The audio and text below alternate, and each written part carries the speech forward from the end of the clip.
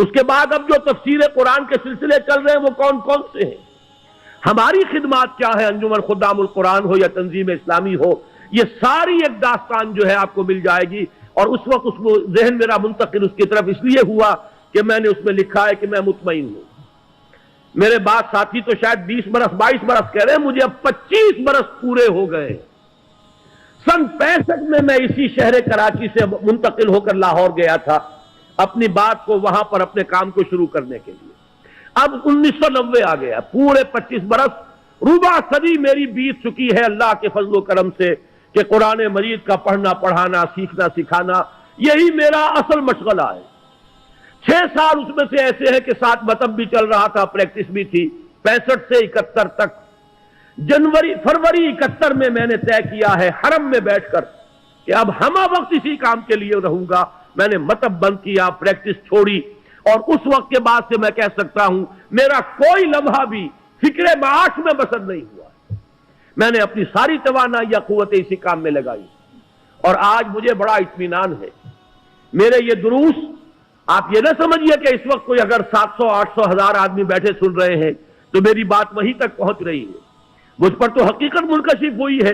قرآن مجید میں جو کہا گیا کہ حضرت ابراہیم کو اللہ نے حکم دیا تھا اذن فی الناس بالحج یاتوک رجالا علی کل ضامر یاتین من کل فج عمیق، اے ابراہیم ذرا پکارو تو صحیح حج کے لیے لوگوں کو، تمہاری آواز ہم کہاں کہاں تک پہنچائیں گے تمہیں اندازہ بھی نہیں ہو سکتا۔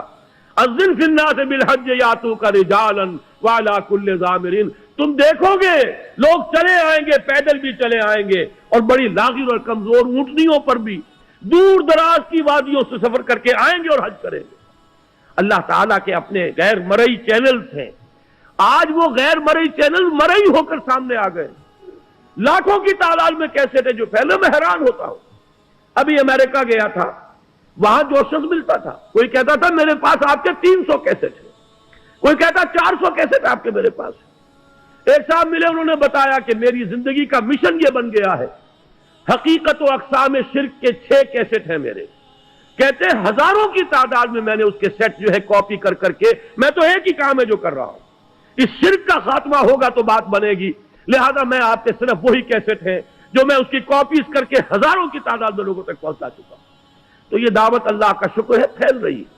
اور دوسرے یہ کہ اللہ کے فضل و کرم سے میرے اپنے بچوں سمیت 2-3 بچے میرے بھی ہیں جو اب شامل ہو چکے ہیں، MBBS کیے ہوئے بھی ہے، MA فلسفہ کیے ہوئے بھی ہے، MSc اکنامکس کیے ہوئے بھی ہے، اسی کام میں ہے۔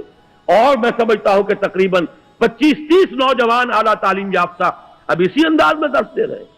میرا یہ کام الحمدللہ جاری رہے گا، یہ بات جو ہے بڑھتی رہے گی، پھیلتی رہے گی، لوگوں تک پہنچے گی، اور اس کے لیے ہمیں اندازہ بھی نہیں ہے کہ کہاں کہاں تک یہ باتیں پہنچ رہی ہیں۔ میں نے ابھی اس پرچے میں لکھا، حیدرآباد دکن میں گیا تھا اکتوبر کے اواخر میں، وہاں ایک دن میری تقریر ہوئی، اسی کے کیسٹ رات بھر انہوں نے تیار کیے، اگلے دن جب تقریر ہوئی 700 کیسٹ تیار کر سکے تھے، 700 کے 700 فروخت ہو گئے۔ اور یہ کیسٹ وہ شے جو 3 منٹ میں کاپی ہو جاتا ہے، نہ معلوم اس سے آگے کتنی جگہ پر بات پہنچ رہی ہوگی۔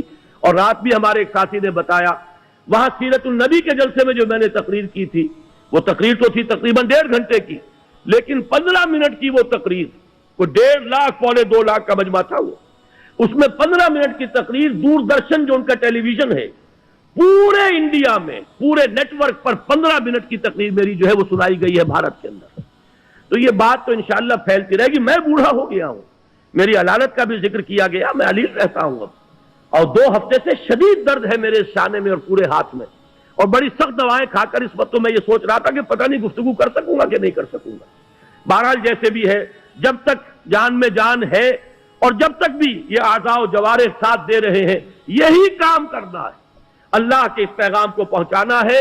تو میں عرض کر رہا تھا کہ یہ 2 صفحوں میں بہت قیمتی مواد ہے، اگر قدر و قیمت کا احساس آپ کو ہو، بہت قیمتی تحفہ ہے جو صرف ان 2 ورقوں میں آپ کے پاس آ رہا ہے۔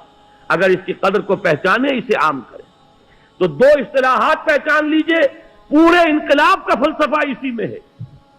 جب تک طاقت نہیں ہے، جب تک تعداد کافی نہیں ہے، منظم تربیت یافتہ لوگوں کی تعداد ابھی اتنی نہیں ہے کہ آپ چیلنج تھرو کر سکیں، نہیں انل منکر باللسان کرتے رہیں گے، غلط کو غلط کہیں گے، حرام کو حرام کہیں گے. کوئی جمعہ پڑھنا چھوڑتا ہے چھوڑ جائے، 10 مرتبہ چھوڑ جائے. ہمیں محمد الرسول اللہ کا قول پہنچانا ہے کہ الربا 70 جزءا، سود کے گناہ کے 70 حصے ہیں. ایسرھا، اس میں سب سے ہلکا اس کے برابر ہے ان ينكح الرجل امہ، کہ کوئی شخص اپنی ماں کے ساتھ زنا کرے. کسی کو نہیں سننا نہ سنے، جمعہ چھوڑ کر چلا جائے. مجھے تعداد کی کوئی فکر نہیں ہوتی، لیکن بات کہنی ہے صحیح. کون راضی ہے کون ناراض، اللہ کا شکر ادا کرتے ہوئے کہہ رہا ہوں آج تک یہ سوال میرے سامنے کبھی نہیں آیا. میں نے ہر بات کے کہنے سے پہلے یہ ضرور سوچا ہے کہ آیا میرا اللہ اس پر راضی ہوگا یا ناراض، یا یہ سوچا ہے میرا ضمیر مجھے اس کی اجازت دیتا ہے یا نہیں. اس کے سوا تیسری بات کبھی سامنے نہیں آئی. کوئی راضی ہوتا ہو اور ناراض ہوتا ہو اس کی کوئی پرواہ نہیں. میں نے وہ بات ہر دور میں کہی ہے اور وہی کہہ رہا ہوں. لیکن یہ ہے کہ کوئی انقلابی جدوجہد عثمانی میں کوئی عوامی تحریک برپا کر دوں، اس کا حاصل نہیں، اس لیے کہ ابھی وہ جمعیت بنی نہیں. وہ مضبوط بنیان مرصوص کمیٹڈ لوگ جو اس سے نکاتی جو لاہ عمل ہے اس پر عمل کر چکے ہوں، جو پہلے خود اپنی زندگی کے اندر حلال و حرام کی پابندی کر رہے ہوں، جو خود دین پر کاربند ہوں، عمل پیرا ہوں، پھر وہ بنیان مرصوص بنے، منظم ہوں، ڈسپلنڈ ہوں، سب و طاعت کا ایک نظم جو ہے اختیار کر چکے ہوں. پھر ہم چیلنج کریں گے، پھر نہی عن المنکر بالید ہوگا، پھر طاقت سے کہیں گے کہ اب یہ ہم نہیں ہونے دیں گے. حدود اللہ کے محافظ بن کر کھڑے ہو جائیں گے. پہلے ہماری جان جائے گی، اس کے بعد اللہ کی حد جو ہے وہ پامال ہو سکے گی، ورنہ وہ ہمارے جیتے جی نہیں ہو سکے گا. ایبدل الدین وانا حی، کیا دین میں تبدیلی کر دی جائے گی اور میں زندہ ہوں؟ اللہ تعالی ہمیں اس مقام تک پہنچائے، لیکن اس کے لیے طاقت جو محمد الرسول اللہ نے پہلے فراہم کی دعوت اور تبلیغ کے ذریعے سے. جب طاقت فراہم ہو گئی تب آپ نے جہاد کیا. آپ کو معلوم ہے 13 برس تک اسی مکے میں محمد رہے صلی اللہ علیہ وسلم، اسی بیت اللہ کا طواف کرتے رہے جس میں بت رکھے ہوئے تھے، اسی حرم میں کھڑے ہو کر نماز پڑھتے رہے جس میں دائیں بائیں بت تھے. آپ نے کسی بت کو توڑا نہیں.